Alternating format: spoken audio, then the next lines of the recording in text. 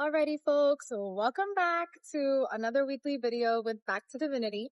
Okay, so this week is a little exciting. We have the Scorpio new moon coming up on November 1st, this Friday.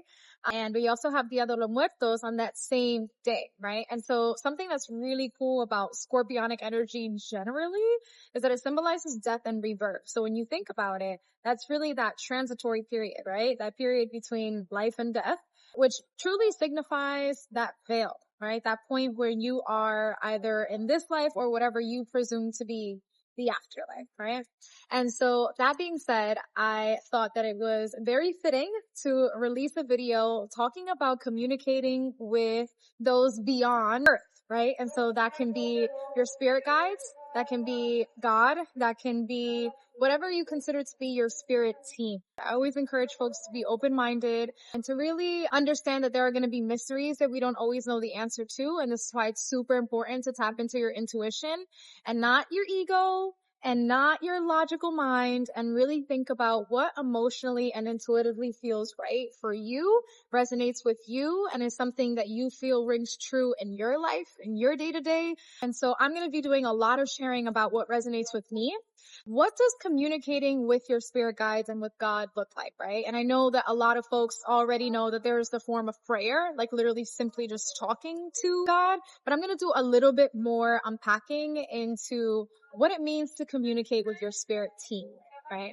And so let's dive in and talk about what does it mean when I say spirit team. So this is where you decide what resonates with you and what you want to tap into, and this is where you decide what you want to leave. So your team can literally be your ancestors, right?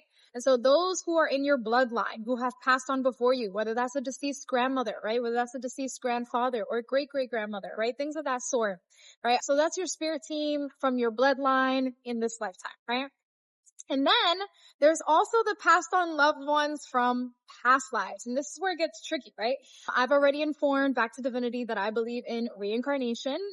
And so that being said, I do believe in past lives. I do believe that we've remained connected to a lot of the same souls, that have existed in the past life. You can find those same souls in this life, right? But oftentimes, right, you might have a passed on loved one from a past life who may still be looking out for you in this lifetime, right? And so that's another part of what your spirit team can, be made of.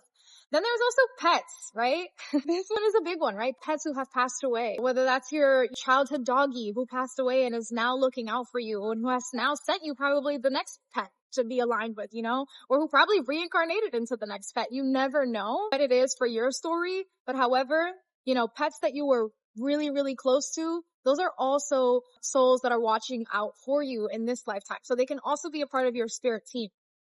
Then there goes star seeds, right? Star seed family. A lot of people do believe that we are connected to the stars above in a deeper way, where there may be, extraterrestrial beings out in Earth, right? And I feel like it would be kind of selfish to think that we're the only ones in the universe.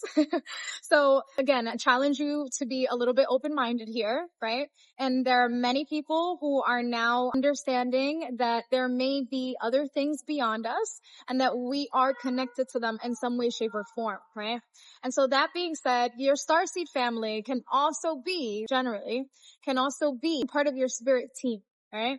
And then, of course, our higher selves and our younger selves, right? Because there are parts of us that are still, like when people say connect to your inner child, right? That inner child is still within you and is still around you and very much is a driving force in your everyday life, whether that's your teenage self, right? But your higher self. And there's going to be multiple levels of your higher self. I think oftentimes we're like one higher self, but there are multiple levels of your higher self, right? Because we're always reaching a higher version of ourselves, right? And so there's going to be that multiple layers of what your higher self is. So your higher selves are also a part of your spirit team. Reach out to them because they know a lot.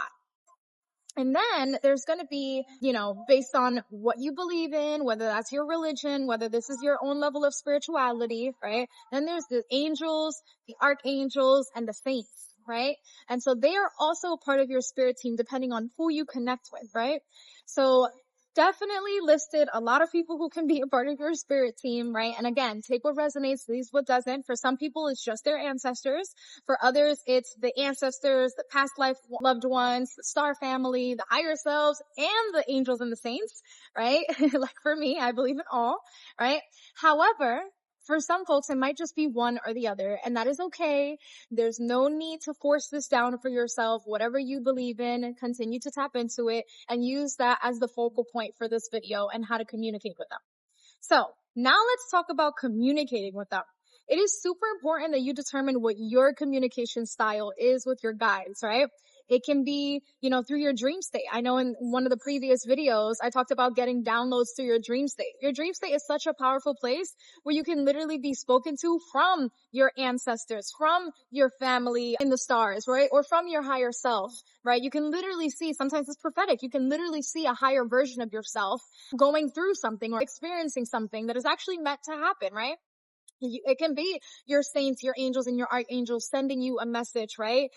Whatever it is, determine your communication style with your spirit team, right?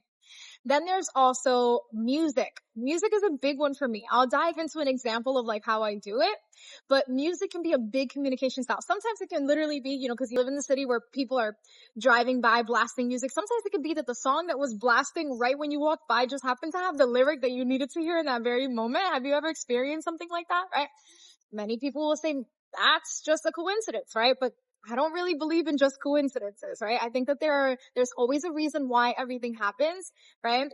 And so there goes music. So one of the examples for me is that sometimes I'll literally ask whoever it is that I'm speaking to, whether it's a certain ancestor, whether it's, a higher version of myself, or whether it's literally one of my saints, right? Whatever it is, I will literally sit there and I will ask them, please send me a song through music, right? That'll help me guide me at this very moment. Or, I'll ask a specific question if I want to know the specific answers to a specific question. But you have to be open and willing to receive, right? That's a big part of this communication, is being open and willing to receive whatever does come your way, right?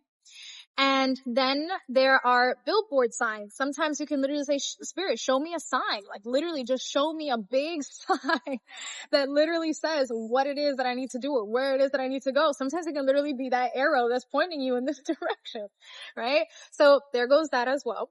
Then there's names, right? For example, if you have an ancestor that has a certain name and you're constantly seeing that person's name, or a saint and you're constantly saying their name, or an archangel and you're constantly saying their name, then there's probably a reason, and they probably are reaching out to you to let you know either that they are there for you and they're supporting you, or that they want you to communicate with them because they have an answer for you and they have some guidance for you, right?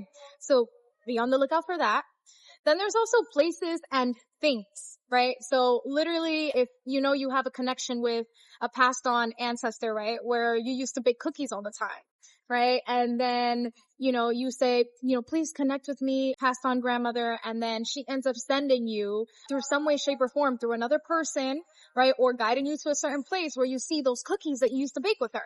Right? And again, not a coincidence. Very much so purposeful, right? It's literally case by case, which is why I say determine your communication style with your guides, because it's not going to look the same for everyone, right? So whatever it is that aligns with you and your circumstances and your connection to your spirit team, you want to continue to tap into that, right?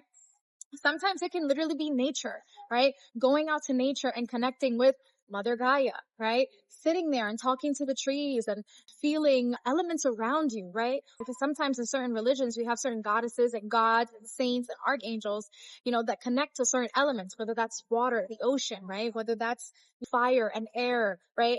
Things of that sort. So if you know that you want to connect to your goddess that represents water, then go near the pier and communicate with them, right? Whatever it is that fits for you and your situation, you want to tap into that. So the next thing is sayings and phrases. Again, that can come through music, that can come through lyrics, that can come through the billboard sign.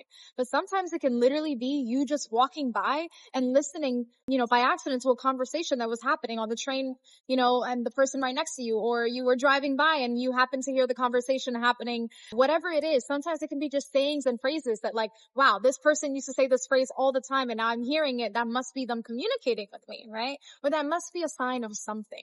And I'm not saying that you should literally sit there obsessing because again, it's super important that you're balancing the fact that you're living an earthly experience while also recognizing that you are connected to a lot more than what you see, right? There's a lot more beyond the surface. So allow for yourself to connect with those who are literally cheering you on behind the scenes. Okay. So ask and receive is a big part of communicating with your guides. Just be okay with asking, be okay with communicating the same way that you would when you would pray to God, right? And just make sure that you are open to receiving what it is that you want to hear, right? And sometimes it's not even what you want to hear, it's what you need to hear. And you still have to be okay and open to receiving that, right? Okay. A huge part of receiving is also believing, right? Believing that there is someone on the other side who's wanting to communicate with you, believing that you do have a team of people who are here to support you, right?